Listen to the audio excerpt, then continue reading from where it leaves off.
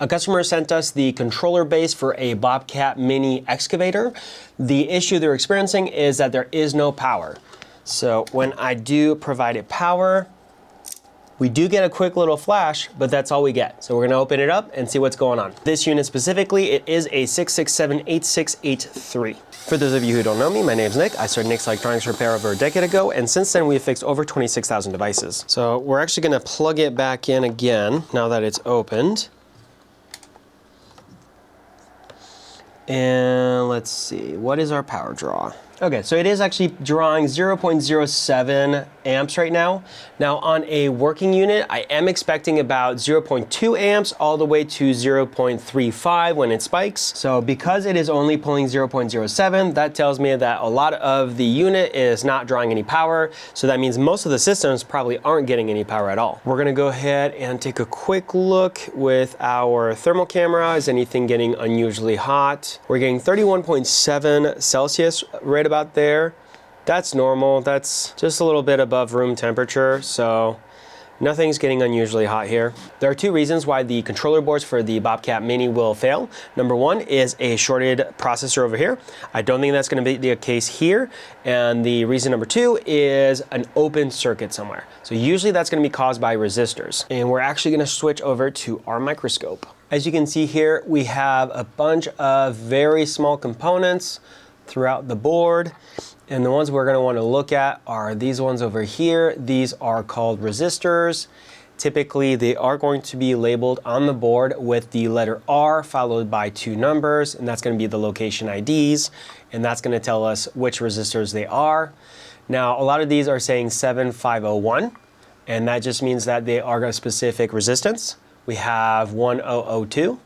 So for example, if I took a measurement here for this one, 1002, I expect to be 10 kilo ohms, and that is what we're getting. The 7501, I believe, is going to be 750. Nope, sorry, 7501 is 7,050. 7500, I believe, is actually, okay, 0.745 kilo ohms. This 1002 should be 10 kilo ohms. We have 9.99. That is also close enough. But essentially what we're going to be doing here is going through the entirety of the board, going over most of the resistors and making sure they haven't failed open, because that is one of the common reasons why a completely dead, no power failure can occur. And in my experience, the 1002 and the 7501 are the two that most commonly have problems. Okay, this one's good. So right now we're checking the ones around the processor. These are good. 7.5 kilo ohms, that one's good. 7.5 kilo ohms, that's good. We'll skip that one. 471, actually the 471, those also can fail. This one's rating 0.467 kilo ohms, so that's 467. I believe 470 is the exact number. 1,000, let's see, what is that gonna give us? Well, wait a minute. I'm not getting anything. Okay, 1 second. Okay, that's a problem. So this one, right next to our clock, is not giving me a reading at all. So that could be part of our problem. Okay, so right now it's actually reading 2.8 mega ohms, 5 mega ohms, 4 mega ohms. It's kind of jumping up and down. Here, let's do this. I'm gonna give it a little bit of a scrape on both sides. I just wanna make sure that there is no silicone or any sort of problem with coating getting in the way of a good reading. No, still nothing. All right, this is a little bit over the top, but what I'm gonna do next here is add some solder to both sides of the resistor, and what that'll do is confirm that we have a good clean space to get a reading off of. So the reason I'm doing this is because sometimes, especially on units that are exposed to the elements, the solder joints can get a little dirty, corroded, oxidated, and that will prevent a good reading from the meter. So by adding some fresh solder, I'm more or less renewing that bond and making sure that we can get a clean reading off of a clean, fresh surface. Okay, and we are still getting an open reading. So this resistor is bad. It will need to be replaced. Okay, that could be part of the issue. I don't think it's the entirety of the issue. Let's check these over here. This one's 1002, so that should be 10 kilo ohms. Same thing. Oh well. So I'm not getting a reading at all. Let's check this one, 7501. Okay, this one's giving me a reading, but it's extremely high. We're getting 12 mega ohms. That's also a problem. Let's see, what about the one next to it? This one's reading okay. This one is 7.4 kilo ohms. 1002, that should be 10 kilo ohms. Also not giving me a good reading. This one is 1.8 mega ohms. So that's a problem. And this one's 7.5, so that's correct. So it does look like we have a few over here that also will need to be replaced. All right, let's take a look at the ones between our lamps. So we have this controller IC here. And let's see, 1002, what are we getting? 10 kilo ohms, so that's good. Yeah, we could probably skip this one, but let's see what we get. 334 ohms, that's probably okay. 680, we're getting 65 ohms, that's okay, that's good. 1002, that should be 10 kilo ohms, that's what we have. What about this one? Oh, wait a minute. This one seems to be open. Do we have another problem? Yeah, I'm definitely making good contact here. Yeah, it's open. So R25 is also bad. CR24, 1002, that should be 10 kilo ohms. That's also bad. Okay, both of those will need to be replaced. Let's check the components around U4. Over here we have 471, that's 0.466 kilo ohms, that's good. 1002, 10 kilo ohms, that's good. 471, and we are getting 0.466, that's good. 1002, what's this one telling us? And this one's open. Okay, we have yet another bad one. Let's check the top one, 471. That one's good. Let's see, this one is R22. That's 471, so that should be 0.468 is what we get. That's good. 1002, 10 kilo ohms. That's good. 1002, 10 kilo ohms. That's good. Another 1002. This one is 15 mega ohms. That's bad. That one will also need to be replaced. Check out this one, 1002. Also in the mega ohms. Yep, still in the mega ohms. So that one will also need to be replaced. Wow, this is gonna be a lot. Let's check out the resistors around U3. 1002, that's a 10 kilo ohms. We're getting 25 mega ohms, that's a problem. We have another 1000 R13, and that one's 25 mega ohms. So that one's also open, will need to be replaced. So we're finding a lot of resistors that seem to have failed open on this controller board. We still have quite a few more components to go over. The R247, and that one is 10 kilo ohms, that's good. Another, so R45 also says 1000. So right now we're getting 98. So when they say 1000, really what that is 100 ohms, and that's what we're getting. So those other two that were in the mega ohms or completely open, those are clearly bad. This one is saying 65 kilo ohms, so that's 65,000 ohms. So that means this resistor is also bad. C1002, that should be 10 kilo ohms, that's what we get. Another 100 ohm resistor with the markings 1000. That one's 100 ohms, so that one's good. So at this point, you get the idea. I've actually not checked all of them on the front side. I still have more to go. And if we flip the board over, we'll see we actually have tons of them in rows over here. So we're gonna go ahead and check them. We also have some over here. It's gonna be a lot of work. We're gonna do some of this off screen, otherwise this video is gonna be multiple hours. So at this point we have discovered that there are significant amounts of resistors that will need to be replaced. Most of them are encased in this silicone that is protecting the PCB. And in order for me to be able to desolder them, we are gonna need to remove that coating. So what I'm doing here is I'm just scratching the bulk of it off with this tool. And what I'm going to do next is clean off the rest with this metal brush. And so this is going to take a while. Once I've finished cleaning off some of that silicone, I'm going to go ahead and mark our resistors, at least the ones that we need to replace, and then we'll go ahead and start the replacement process. Here's what I decided to do as the best way to mark these, because I'm gonna have to clean this board further, and I'm mostly gonna end up using isopropyl alcohol. So what we're gonna do is we're gonna add a little bit of solder to the resistors themselves.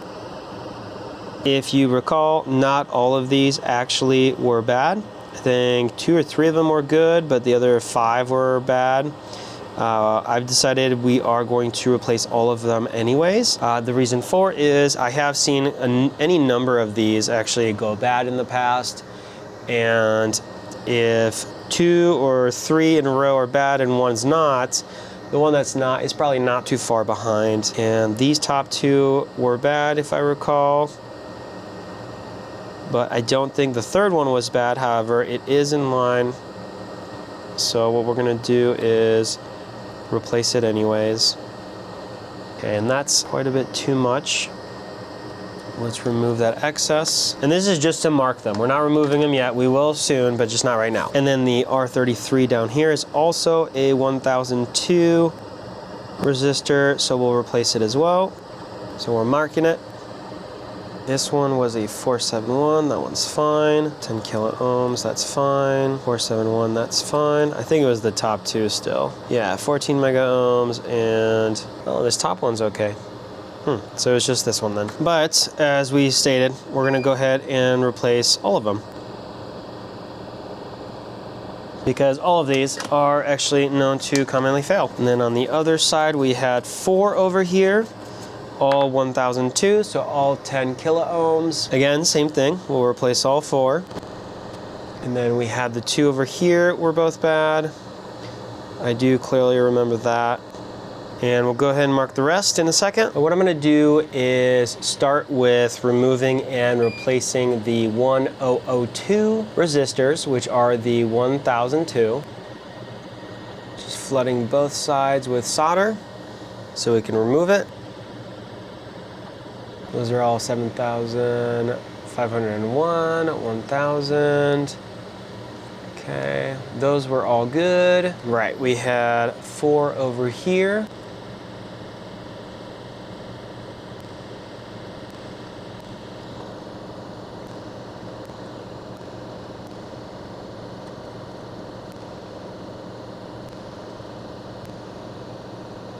Okay, and I think there are a few more, but we're gonna stop it there, at least for what we're gonna do on camera.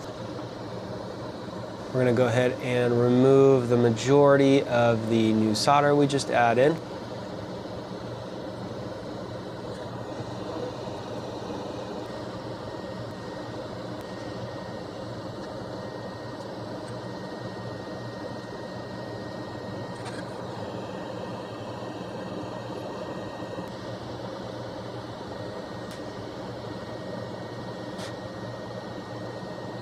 All right, next we're gonna go ahead and spray the board with some isopropyl alcohol and give some of these pads a quick clean. So we had R51, this unnamed location here just above U19, and we had R33, 24, 25, 26, 18 and 21, and the 4 over here. Okay, so it was 4, 5, 6, 7, 8, 9, 10, 11, 12. Now before I start installing my replacements, I'm gonna prep the pads, and I'm doing so by adding a little solder to only one side.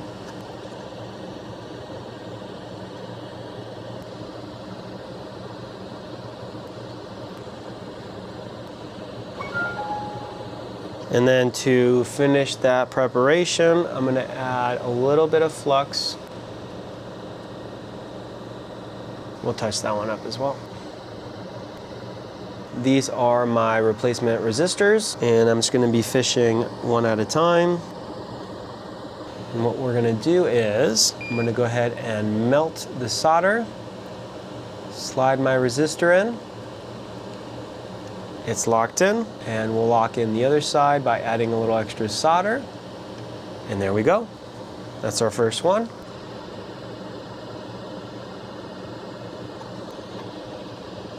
And that's our second one.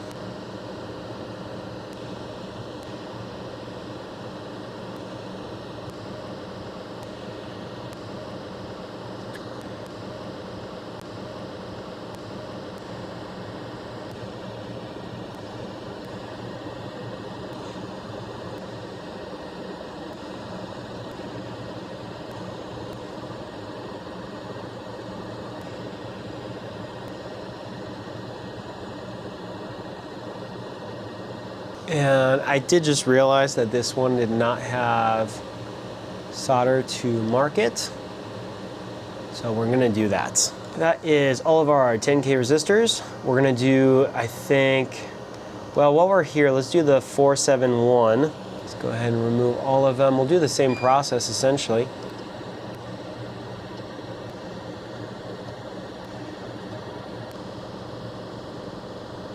So those should be pretty quick. We only have 4.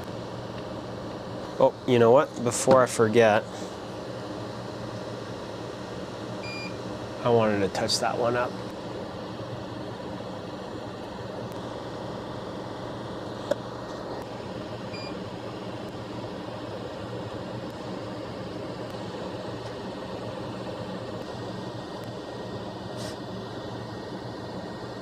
So that's going to be all the resistors around this guy, all the ones over here. 1, 2, 3 of the 7501, and I think we had 1, 2, 3, 4, 5 over here. Okay, let's start with these 5 here actually. And we'll probably need a little more solder.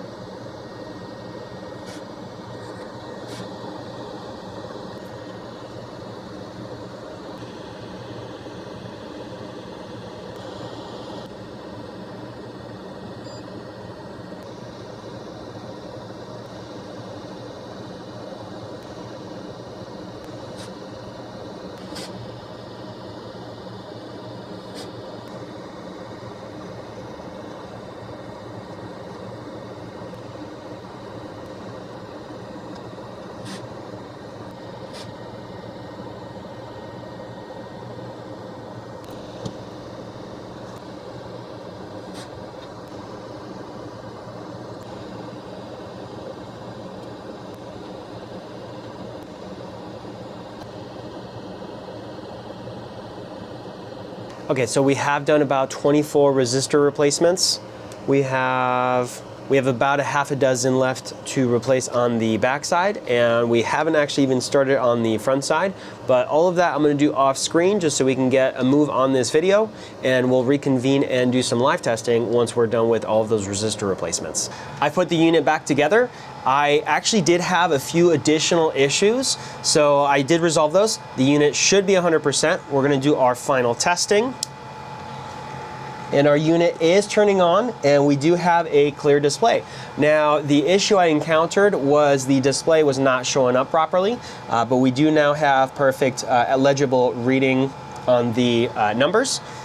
Our power supply is pulling 0.35, 0.4, which is much better than the 0.05 we were getting originally. If you have a Bobcat controller base you'd like to send in for us to fix, we do offer flat rate services, which come with a 1-year warranty. Those will be available on our website, which is linked in the description down below. Otherwise, if you found the video helpful or useful, leave us a like, subscribe for more content, and thank you for watching.